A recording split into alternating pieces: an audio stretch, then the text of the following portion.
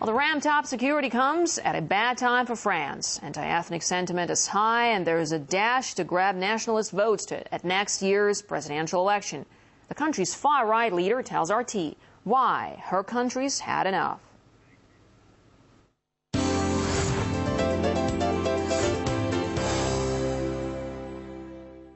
Marine Le Pen says multiculturalism ends in war. She's predicted to knock Nicolas Sarkozy out of France's presidential elections next year. Madame Le Pen, the first words of your party programme are "Let's liberate France." Liberate it from what? I want to free France from the EU straitjacket. The European Union wants to force 150 million immigrants on us over the next 30 years. They say we're not having enough babies. Well, let's encourage people to have kids, as they do elsewhere in the world, rather than wave in the immigrants. The EU's expanding at France's expense. We no longer control our own territory, our own currency, or our own laws. We don't decide who comes in or stays in our country. They impose directives on us without even consulting people. All this is hurting our economy and discouraging foreign investment. Secondly, we must liberate the French from the insides, free them from this guilt that their leaders have placed on them for so many years, that we're bad people, that we're colonialists. The French must rediscover a love for themselves, love for their culture and civilization, which has been the admiration of people around the world. You say France is on the brink of an Egyptian revolution. How do you mean? There's horrific social suffering in our country. A divide's forming between a tiny oligarchy, which systematically grabs profits in all situations, and the people on whom they impose permanent sacrifice. France has 5 million unemployed, 6 million workers living in poverty. There's an incredibly strong sense of injustice, like the Egyptian people feel, and that's driving us. Would you risk French soldiers' lives to interfere in Ivory Coast's civil war? This is a huge mistake. It will be seen as a post-colonial reaction by France, that we don't view other people as our equals, that we don't consider other nations to be sovereign. We decide who's bad and who's good, so we take the good guy and put him in by force. This is a conflict for the Ivory Coast people to solve. Regional diplomats may get involved, not France. Once again, we show France strong arms its will on others, just like in the past. We're behaving like the world's policemen. I also believe Russia's stance on this issue has been extremely wise. Does France bombing Libya raise the risk of a terrorist attack on France? Oui, bien sûr. Yes, this creates two major threats. First, there's now more risk of a terrorist attack. For a start, there aren't bad guys on one side and good guys on the other. We know perfectly well the so-called rebels are from a tribe with many former jihadists who fought in Iraq and Afghanistan. We're trying to put them in power, people who don't always have a peaceful, friendly attitude to our country. The second major threat is seeing a flood of immigrants, because the effect we're having is to open up Libya's borders. There are around 6 million Muslims in France. Do you want to bring that number down?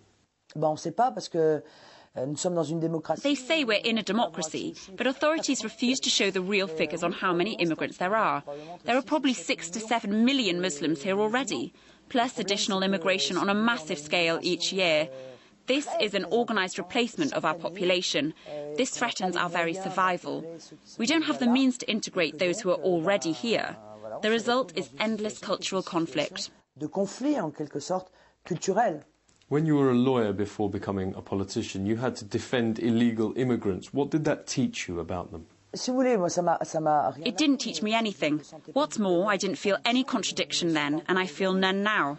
Yes, I fight immigration, which is an economic process used by leaders with consequences on people's everyday life. It doesn't mean I hate immigrants.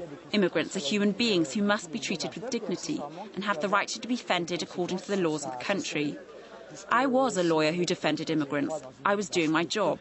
I don't think a doctor who's against immigration says, I won't treat this guy because he's an illegal. That's nonsense.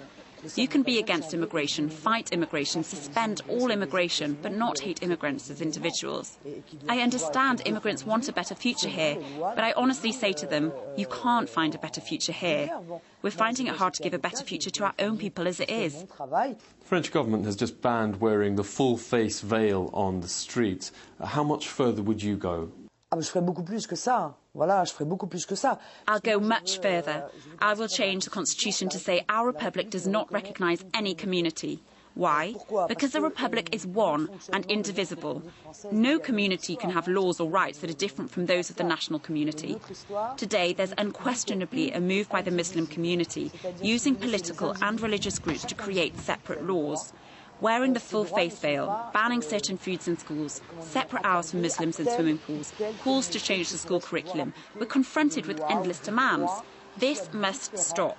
I say to people clearly and sincerely and honestly, everyone must submit to the French way of life, its practices, traditions and rights, with no exceptions. En se servant de groupes politico-religieux. How do you feel when Nicolas Sarkozy tries to steal your anti-immigrant vote? C'est tout le problème de la droiture et de la... That's the problem of integrity and honesty in politics, which has created a crisis for themselves. He made a series of promises stolen from the National Front and succeeded in taking some of our voters. The problem is he hasn't kept a single promise. So he's brought nothing but disappointment from the hopes he raised. You don't see how Nicolas Sarkozy can recover or bounce back, because on immigration, on security, there's a long list of failures. Why are you so against the European Union? Everything about the European Union is absurd. It forces our farmland to lie fallow. Entire areas are unused, while the whole world faces hunger riots. They order us to produce less when we could provide more. This is how they behave in everything. It's appalling and grotesque.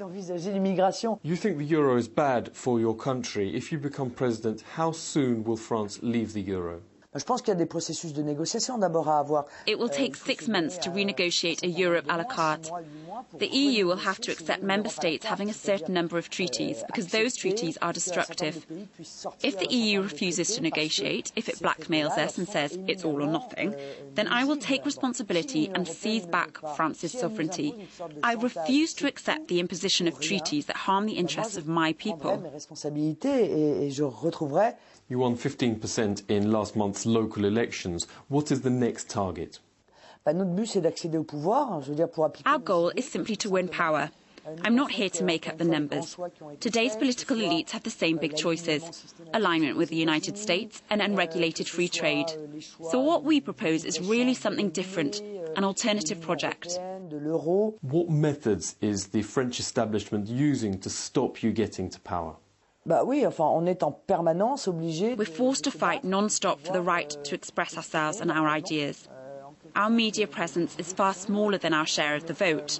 The voting system is methodically changed as soon as they feel we can win any election. We're confronted with difficulties every day. Why? Because we're a party of patriots, because we defend our homeland. They have another ideology, the ideology of globalisation and dissolution of our identities.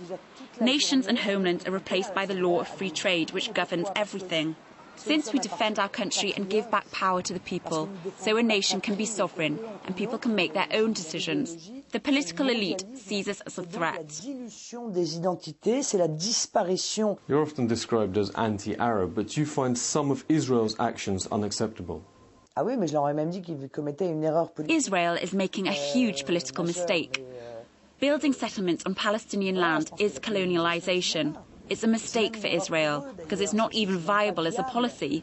I strongly believe Israel has the right to security, but Palestine also has a right to a territory with independence and secure borders, which isn't the case at the moment. France has lost its influence and power in this conflict, which I regret, because it could have been a powerful diplomatic voice. Why do you call Russia France's most important ally? Russia is part of our civilization. We have common roots, a long history of great friendship between Russia and France. I find it insane that we're placed under the American yoke and systematically have to bow to America's decisions. I believe we should turn to Russia for economic and energy partnerships. I think very objectively this Cold War imposed by America on relations with Russia is a huge political error. Russia has suffered many terrorist attacks. Do you feel we're fighting a common enemy? Yes, I am particularly sensitive to the problem of terrorism. When I was 8 years old, we suffered a terrorist attack on our home while we were asleep. So I know how you feel when you're victims of these attacks, which was blind and cowardly as they are violent. I have absolutely no sympathy towards terrorism. We must work as closely as possible to win this fight. Marine Le Pen, head of the National Front, thank you for speaking with our team.